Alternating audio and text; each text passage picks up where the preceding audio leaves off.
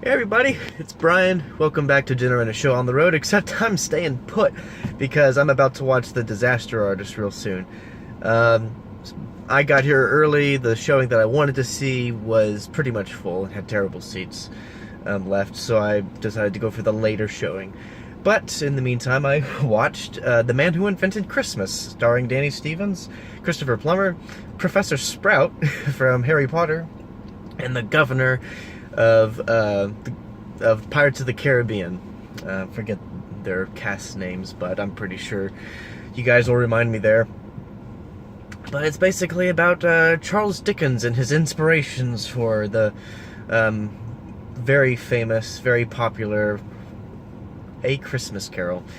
And it was a nice, charming biographical drama.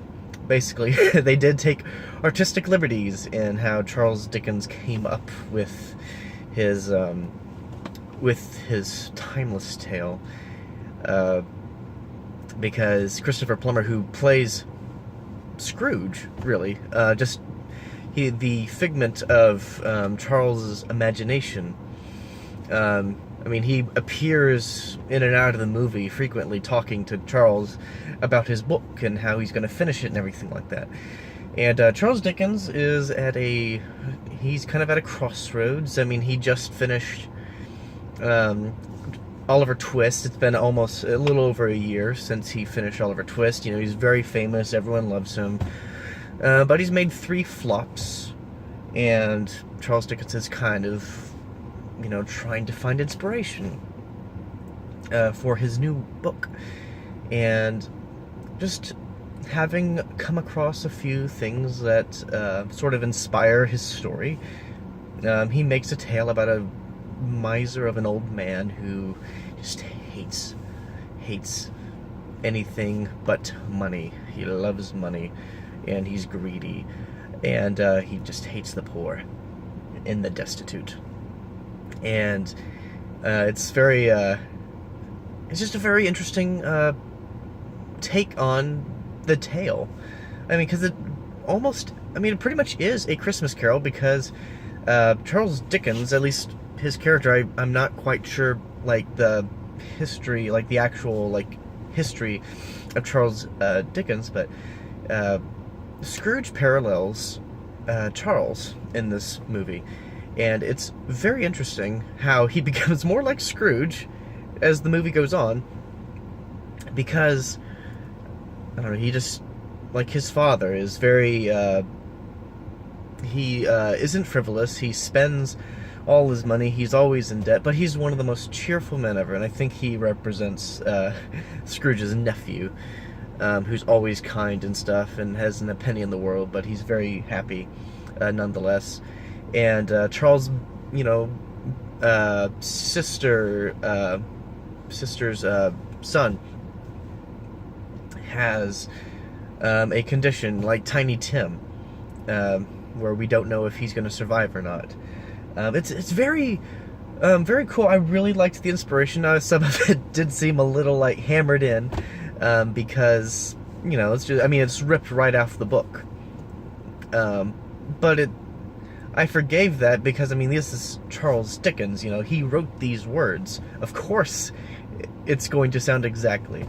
You know, they use, you know, if they die, they better do it quickly and save the surplus population, or something along that line. It's one of my favorite Scrooge lines. And it's in there. You know, it's said by a character that Charles Dickens meets. And yeah, so, I mean, it's really cool.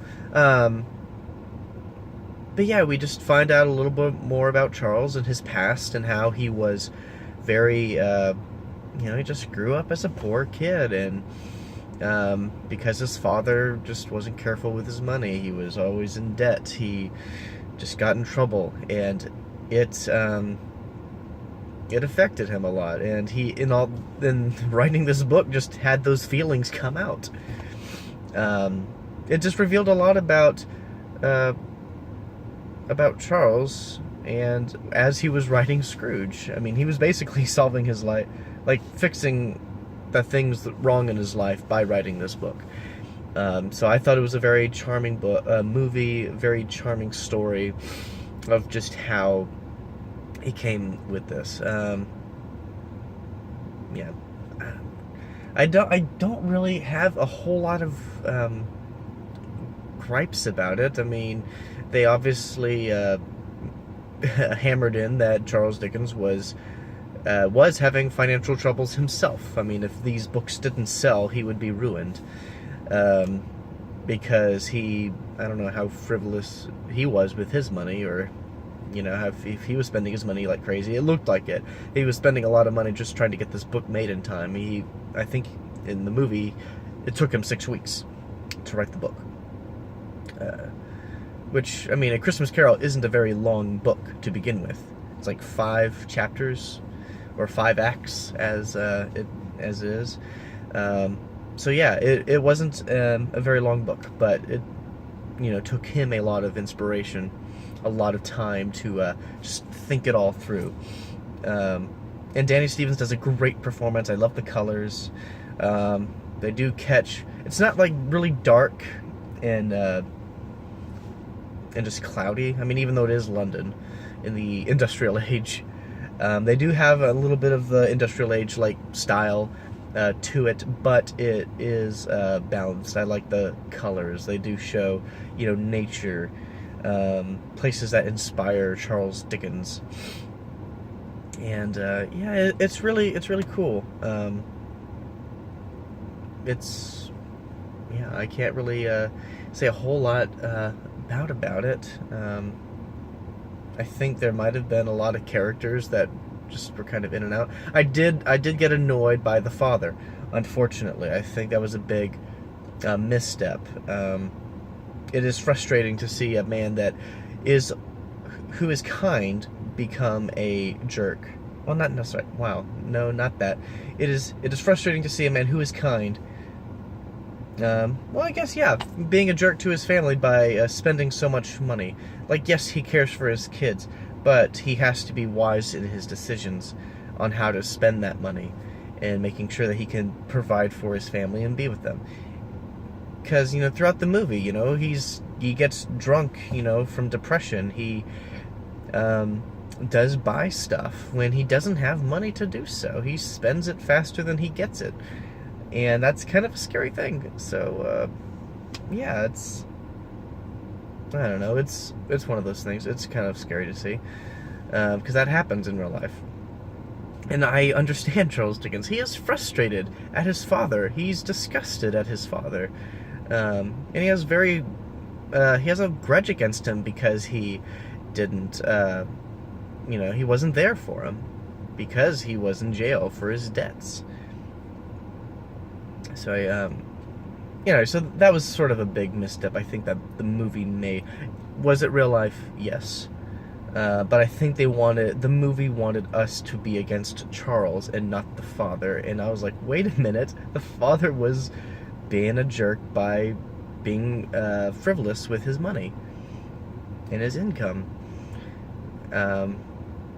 There should have been other ways to provide for his family, or to have, you know, let his family have a good time without, you know, just being in debt. So anyway, that was just my thing. Cinematography was good, editing was fine. Had a whole bunch of missteps. I guess the flashbacks were a little confusing at first. I didn't know it was a flashback until I was like, oh, yeah, they started doing that a little more.